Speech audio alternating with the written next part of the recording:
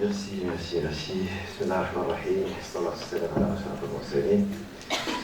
Premièrement, je voudrais remercier les organisateurs de m'avoir convié à cet événement qui est si important pour parler de l'investissement en santé dans le continent africain. Monsieur le vice-président, monsieur le doyen, monsieur Khalid, monsieur le ministre d'abord, comme il m'est choix aujourd'hui d'être parmi vous pour essayer de débattre sur un ensemble de questions qui tournent autour de l'investissement en santé en Afrique. D'abord, il faut toujours tenir un discours motivant pour le continent africain, parce qu'on ne connaît pas très bien ce qui se passe dans le continent africain. Moi qui fais le tour du continent africain, je pense qu'il y a une dynamique qui est très importante en Afrique aujourd'hui.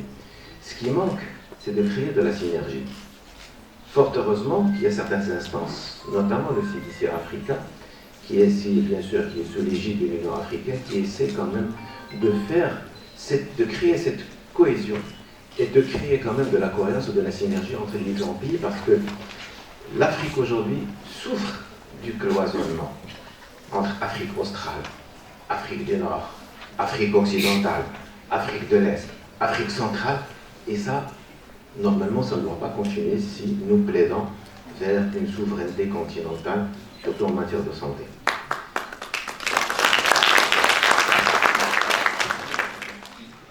Si on veut parler bien sûr de l'investissement en santé en Afrique, il faut distinguer deux moments. Il y a un moment, c'est ce qu'on appelle le moment de crise. Crise sanitaire, c'est le cas de la pandémie, où l'Afrique s'est sentie isolée, laissée pour compte, alors qu'il s'agissait quand même d'une pandémie. Il faut gérer cette pandémie. La pandémie se veut internationale. Donc automatiquement, il faut qu'il y ait une gestion qui devrait être holistique, globale, entre tous les différents pays du monde, parce qu'il y a quand même des interconnexions et des va-et-vient. Or, ça n'a pas été le cas. L'Afrique a été laissée pour compte. Et c'est pour cela aujourd'hui que l'Afrique ne veut plus revivre la même situation ni la même expérience.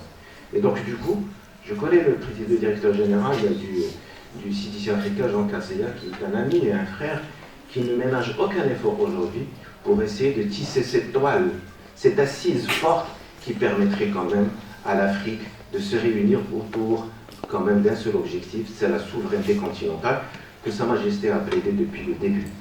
Fort heureusement, pendant la pandémie, on avait le leadership de Sa Majesté, on a toujours le leadership de Sa Majesté. Parce qu'une gestion d'une crise nécessite quand même de l'anticipation, nécessite de la gestion proactive. Et fort heureusement que Sa Majesté avait décidé dès l'apparition du premier cas de Covid, 3 choses.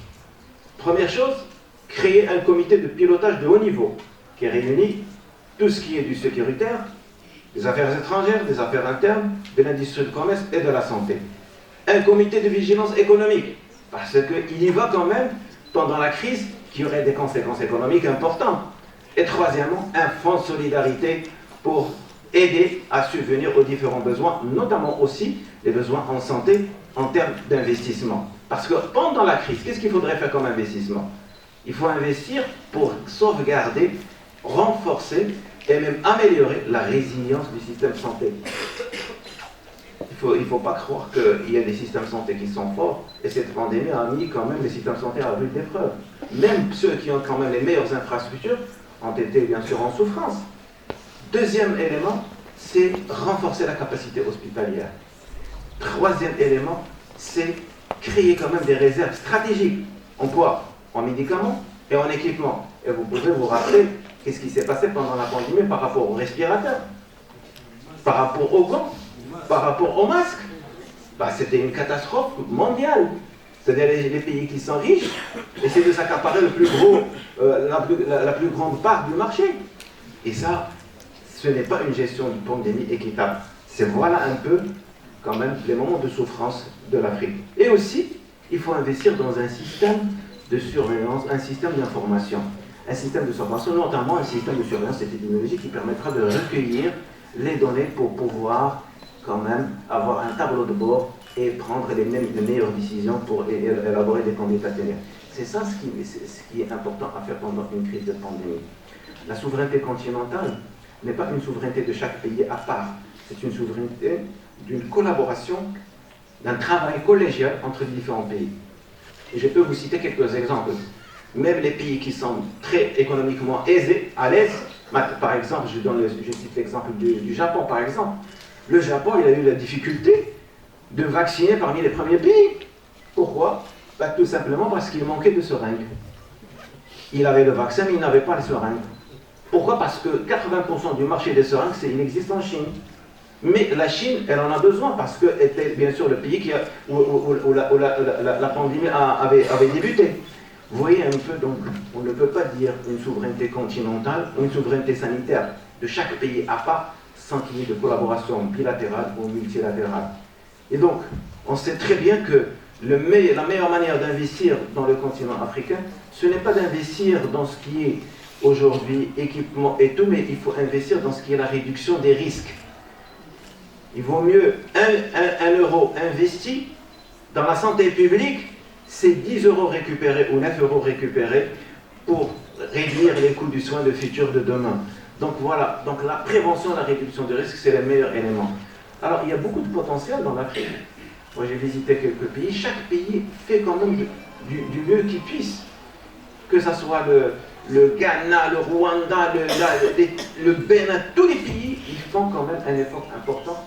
Il y a un problème de collégialité aujourd'hui et un problème de cohérence que le CDC Africa essaie quand même d'analyser pour avoir une seule force mobilisatrice.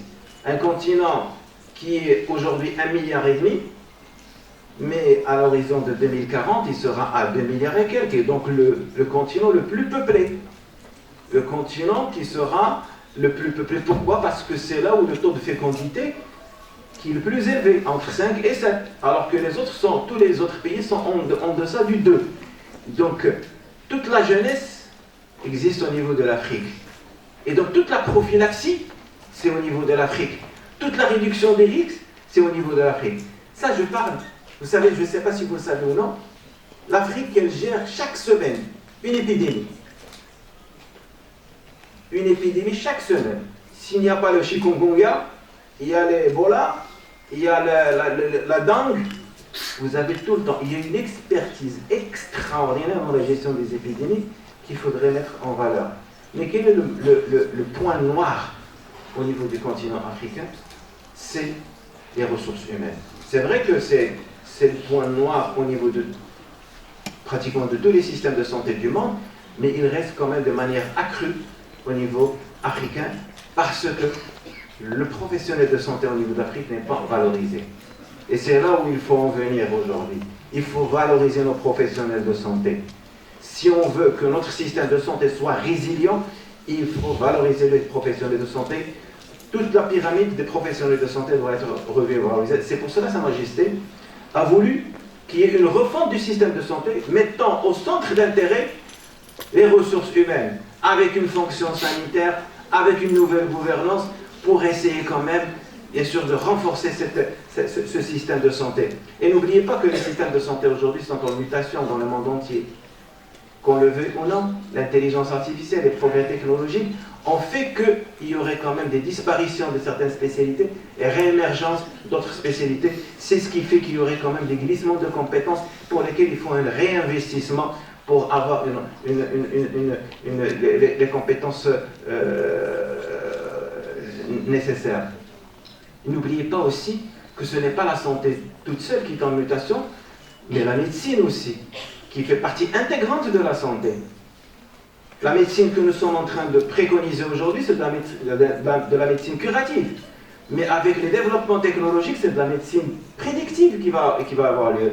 C'est-à-dire qu'on pourra savoir quelles seraient les pathologies qui seraient, bien sûr, dans le futur, et on pourrait modéliser notre modèle économique par rapport à ces pathologies. Et donc il y a une réorientation de l'économie d'un pays grâce à cette prédiction de santé qui est faite par de la génomique, de la protéomique, de la métabolomique, qui permettent de montrer quand même un peu tout ce qui est quand même une médecine prédictive. C'est une médecine à la carte et demain on va être traité par une médecine personnalisée. Deux malades qui ont la même pathologie seront traités différemment parce qu'ils n'ont pas la même génomique, ils n'ont pas la même métabolomique, ils ont quand même des choses différentes qui les différencient et donc ils nécessiteront de facto un traitement différent. Et donc ça nécessite un investissement important. Et donc vous voyez que toute l'industrie pharmaceutique suivra elle va changer aussi le profil de la médecine et le profil de la santé. Et donc aussi c'est un investissement important. Et si nous voulons suivre cet élan-là, qu'est-ce qu'il faudrait, qu'est-ce qui manque au continent africain? Il y a un élément important qui manque au continent africain. Malheureusement, la matière première, elle existe au continent africain, mais elle est réutilisée, transformée ailleurs. C'est la recherche et développement. On manque de recherche et développement. Et c'est là où le bas blesse. Si nous avons la recherche et développement, nous avons toute la matière, tous les ingrédients qu'il faut pour être les pionniers dans le domaine de la santé, dans le domaine de la médecine. Voilà ce que je voulais dire. Et sachez que j'aimerais bien sûr m'étaler davantage sur le sujet. Le débat doit s'arrêter à ce stade-là. Il y a beaucoup de choses encore à dire, mais gardez quand même l'optimisme pour le continent africain. La souveraineté sanitaire, on y travaille. On y travaille sur plusieurs créneaux, la prévention, la réduction des risques. On y travaille pour essayer de regrouper quand même les pays autour de thématiques intéressantes, notamment la fabrication de vaccins. Aujourd'hui, c'est le débat qui existe parce qu'on ne voudrait pas que l'Afrique souffrira encore de l'iniquité qu'elle avait connue pendant la pandémie.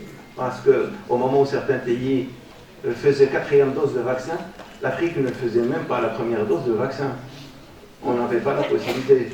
Heureusement qu'il y avait un programme COVAX de solidarité qui a pu distribuer quand même quelques vaccins pour le continent africain, mais l'Afrique elle était capable aussi de fabriquer les vaccins.